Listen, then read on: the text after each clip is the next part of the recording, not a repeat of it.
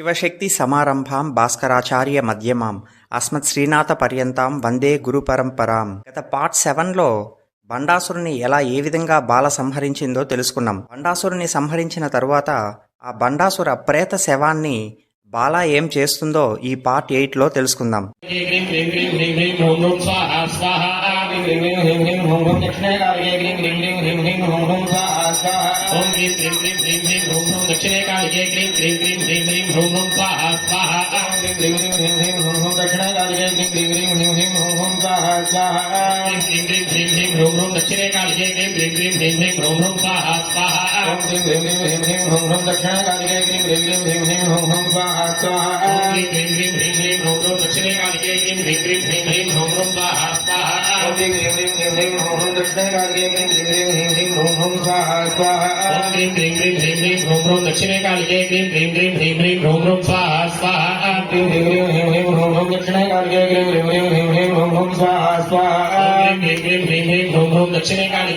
బండాసురుని సంహరించి తన ప్రేత శవాన్ని తన ఎడమ చేతిలో 2 వేళ్లతో పట్టుకొని లాక్కొని వస్తుంది బాలా త్రిపుర సుందరి మహాబిలాకాశానికి దగ్గరగా. ఇది చూసి చిలుకల రూపంలో ఉన్న దేవతలు ఆశ్చర్యపోతారు. ఒక చిన్న పాప ఏంది బండాసుని యొక్క ప్రేత శవాన్ని లాక్కొని రావడం అని. మరి చిలుకల రూపాలను వదిలి నిజ రూపాల్లో ప్రత్యక్షమయ్యి ఆ బాలను అడుగుతారు, అమ్మా, బండాసురుని చంపి ప్రేత శవాన్ని లాక్కొని వస్తున్నావంటే నీవు సాక్షాత్తు మహాశక్తివే అని అర్థమవుతుంది, కానీ ఈ రూపమేమి, నీవెవరు అని అడుగుతారు. దానికి బాల ఏమి సమాధానం చెప్పదు. దేవతలకు చెప్పకుండా అక్కడ ఉన్న బిలాకాశానికి పక్కన ఒక చోట స్థలాన్ని చూపించి, మీరు ఇక్కడే గోతిని తవ్వి ఈ బండాసుని యొక్క ప్రేత శవాన్ని పూడ్చిపెట్టండి అని చెప్పి సమాధానం చెప్తుంది వాళ్ళకి. దాంతో దేవతలు బండాసుని ప్రేత శవాన్ని పూడ్చిపెట్టడానికి చాలా సంతోషంగా వాడు చనిపోయాడని చెప్పి బాల చెప్పిన చోట తవ్వుతారు. తవ్వే ప్రదేశంలో కింద అసురుడు కూర్చొని ఘోరమైన తపస్సు చేస్తుంటాడు, కఠినంగా. మల్లుడు అని పేరు. అసురుడు తన తపస్సు భగ్నం చేయడానికే దేవతలు ప్రయత్నిస్తున్నారని దేవతలను బండాసురుని వలె ఇబ్బంది పెట్టడం ప్రారంభిస్తాడు. వెంటనే దేవతలు విష్ణువుని ప్రార్థిస్తారు, ఈ విధంగా రాక్షసుడు దేవతలను ఇబ్బంది పెడుతున్నాడని. వెంటనే విష్ణువు వచ్చి ఆ అసురునితో యుద్ధం చేస్తాడు. చతుర్భుజాం ఖడ్గముండవరాభయకరాం శివాం ముండమాలాధరాం దేవీం నరదిత్వాం దిగంబరాం ఏవం సంచింతయేత్కాళీం శ్మశానాలయవాసినీం ఓం క్రీం క్రీం క్రీం. అసురుని శరీరం నుండి కింద పడే ఒక్కొక్క రక్తపు బొట్టు నుండి కొన్ని రాక్షసుల సమూహాలు వాడిలాగానే పుడుతున్నాయి. అంటే రక్తబీజుడు ఎలానో అదే విధంగా రక్తబీజుడిని సంహరించేటప్పుడు కూడా వాని శరీరం నుంచి పడినటువంటి ప్రతి ఒక్క రక్తపు బొట్టు నుండి ఇంకొక రక్తబీజుడు పుడతాడు.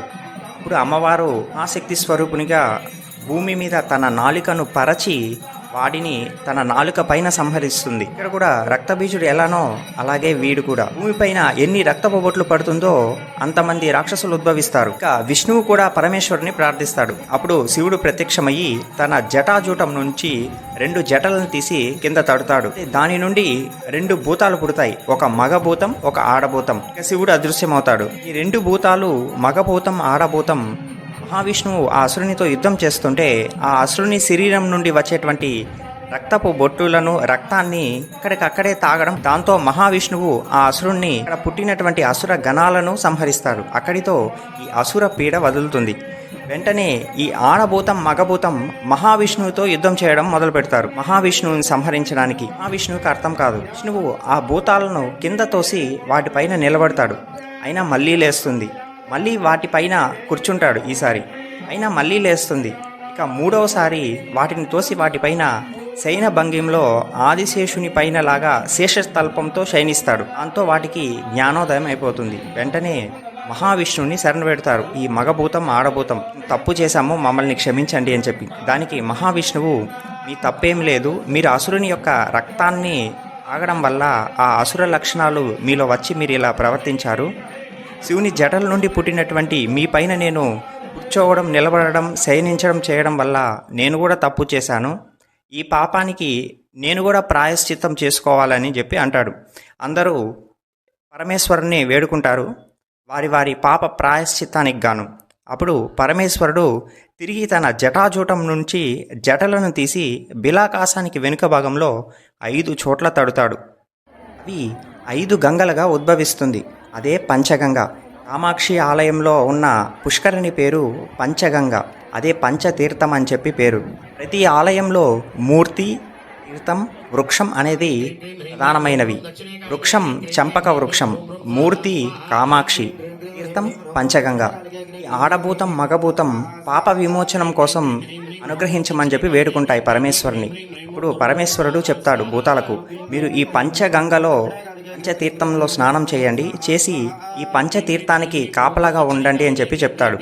అలాగే విష్ణువుకి కూడా ఈ పంచగంగలో స్నానం చేసి 3 శివలింగ ప్రతిష్ఠ చేసి పూజించి ఈ భూతాల వెనుకనే నిల్చున్నటువంటి భంగిమలో, కూర్చున్న భంగిమలో, పడుకున్న శయన భంగిమలో భూత నిగ్రహ పెరుమాల్లా వెలసి వచ్చేటువంటి భక్తులను అనుగ్రహించమని చెప్పి చెప్తాడు పరమేశ్వరుడు. అందుకే కామాక్షి అమ్మవారి ఆలయానికి వెనుక వైపు 3 అంతస్తుల్లో కింద నిల్చున్నటువంటి మూర్తిలాగా, దానిపైన కూర్చున్నటువంటి మూర్తిలాగా, ఆ పైన 3వ గదిలో పడుకున్నటువంటి మూర్తి వలె భూత నిగ్రహ పెరుమాల్ దర్శనమిస్తారు. మనకి దగ్గరగా ఉన్నప్పుడు కింద ఉన్నటువంటి మూర్తిని మాత్రమే చూడగలం. పుష్కరిణికి అవతల వైపు నుండి నేరుగా చూస్తే 2వ గదిలో ఉన్నటువంటి మూర్తిని, ఇంకా కాస్త వెనక్కి వెళ్తే 3వ గదిలో శయనమూర్తిని కొద్దిగా దర్శించుకోవచ్చు. అన్ని ఆలయాల కోనేరులో ఒక నీరాలి మండపం మాత్రమే ఉంటుంది. కానీ కామాక్షి అమ్మవారి ఆలయం కోనేరులో అక్కడ ఆడభూతం మగభూతం కూర్చొని దర్శనమిస్తుంది. మధ్యలో నీరాలి మండపం ఉంటుంది. అలాగే కోనేరు మధ్యలో ఒక చిన్న గణపతి ఉంటారు, తిరుమంజన గణపతి అని చెప్పి. పార్ట్ 1లో 16 గణపతులు అని చెప్పి చెప్పుకున్నాం. అప్పుడు ఈ గణపతిని ప్రస్తావించుకున్నాం మనం. వచ్చే భక్తులు ఏదో బొమ్మలు ఉన్నాయని అనుకొని చూసి వెళ్ళిపోతారు. కానీ అక్కడ ఉన్నటువంటి ఆ ఆడభూతం మగభూతం యొక్క బొమ్మలు ఆ 2 అక్కడి స్థల పురాణానికి సంబంధించినటువంటివి. ఈ పంచగంగలో 5 చోట్ల స్నానం చేస్తే 5 రకాల ఫలితాలు కలుగుతుంది. తూర్పులో ఒక ఫలితం, పడమరలో స్నానం చేస్తే ఒక ఫలితం, దక్షిణం ఉత్తరాల్లో స్నానం చేస్తే ఒక ఫలితం, అలాగే ఈ 2 భూతాల మధ్యలో స్నానం చేస్తే ఒక ఫలితం కలుగుతుంది. ఈలో చాలామంది పంచమహాపాతకాలు అని చెప్పి వినుంటారు. పంచమహాపాతకాలు అనేటువంటివి ఒకరిని పట్టుకున్నాయి అంటే వారితో ముగిసిపోదు, వాళ్ళను వదలదు, ఒక జన్మతో విడిచిపెట్టవవి. కొన్ని వేల వందల జన్మలు వెంటపడి అనుభవింపజేస్తుంది మనిషిని. పంచమహాపాతకాలు అంటే ఏంటో తెలుసుకుందాం. పంచమహాపాతకాల్లో మొట్టమొదటిది బ్రహ్మహత్యా పాతకం, అంటే బ్రాహ్మణులను చంపడం. 2వ మహాపాతకం చౌర్యం, అంటే దొంగతనం చేయడం. దేన్ని ఇతరుల వస్తువులు వాళ్ళ అనుమతి లేనిదే మనకు పనికొస్తుందని చెప్పి తీసుకుంటామో అది కూడా చౌర్యం, దొంగతనం కిందకే వస్తుంది. ఇందులో నవరత్నాలకు సంబంధించి, అలాగే స్వర్ణాన్ని బంగారాన్ని అపహరిస్తే ఇక దానికి ప్రాయశ్చిత్తం అంటూ లేదు అని చెప్పారు. అంతటి మహాపాతక దోషాన్ని కలిగిస్తుంది మనకి. ఇక పంచమహాపాతకాల్లో 3వ మహాపాతకం గురువుగారి భార్యను, అంటే గురుపత్నిను చూడకూడనటువంటి బుద్ధితో చూడడం. ఇక ఇంతకు మించి దీనికి సంబంధించింది నేను చెప్పడానికి నా వయసు చాలదు, అని నా మనసు చెప్పకుండా ఉండలేకపోతుంది చెప్తున్నా. ఈ జనరేషన్లో youth, school students, college students, క్లాసెస్లో పాఠాలు చెప్పడానికి వచ్చేటువంటి లేడీ స్టాఫ్ కూడా గురుపత్నితోనే సమానం అనేటువంటిది గుర్తించాలి. ఈ మధ్య రీల్స్లో కూడా పిల్లలు క్లాస్ చెప్పేటువంటి టీచర్కి సైట్ కొడుతున్నట్టు రీల్స్ చేస్తున్నారు. దీనికి మించి చెప్పలేను. ఎంతమంది యూత్కి ఈ వీడియో చేరుతుందో, ఎంతమంది చూస్తారో కామాక్షికే చెల్లు. గురు పత్నిని చూడకూడనటువంటి బుద్ధితో చూస్తే పంచమహాపాతకాల్లో 3వ మహాపాతకంగా చెప్పబడుతుంది. ఇక ఆ విద్యార్థికి వాడికి జీవితంలో ఇటువంటి ఒక పంచమహాపాతకాల్లోని పాతకం వస్తుంది అంటే ఇక వాడు ఉద్యోగం ఏం చేస్తాడు, వాడి జీవితం ఏం బాగుపడుతుంది. ఇక పంచమహాపాతకాల్లో 4వ మహాపాతకం చెప్పారు, మద్యం సేవించడం, మధుపానం స్వీకరించడం, మత్తు పదార్థాలను సేవించడం. జన్మ జన్మాలను వదలక వెంటాడుతుంది ఈ మహాపాతకం. 5వ మహాపాతకం, ఈ పైన చెప్పిన 4 పనులలో ఏ ఒక్క పని చేసినా, 4 చేసినా వానితో స్నేహం చేయడం, ఫ్రెండ్షిప్ చేయడం.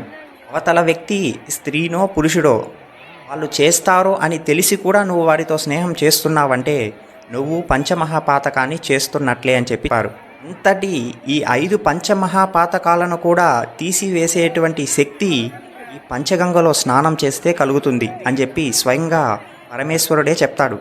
ఈ పంచగంగలో భక్తులు బట్టలు ఉతకడం లాంటి అపవిత్ర పనులు చేయడంతో పంచగంగని మూసివేశారు. భక్తులకు అనుమతి లేదు ప్రస్తుతం. మరి ఈ పంచగంగలో స్నానం చేయడం కుదరదా అంటే కుదురుతుంది. అది సంవత్సరంలో కేవలం 2 రోజులు మాత్రమే కుదురుతుంది. ఒకటి, కామాక్షి అమ్మవారి బ్రహ్మోత్సవాల చివరి రోజు తిరుమలలో చక్రస్నానం ఎలానో అలాగే అమ్మవారి ఆయుధం అంకుశానికి అవభృత స్నానం చేయిస్తారు ఈ పంచగంగలో. ఆ రోజు ఇక ఆశ్వయుజ మాసంలో వచ్చేటువంటి శరన్నవరాత్రి చివరి రోజు తిరిగి అవభృత స్నానం చేయిస్తారు అమ్మవారి ఆయుధానికి. ఆ రోజు స్నానం చేయొచ్చు. ఇంకా గ్రహణాలు పట్టినప్పుడు విడుపు స్నానంగా ఇందులో అవభృతం జరుగుతుంది, కానీ భక్తులను అనుమతించరు.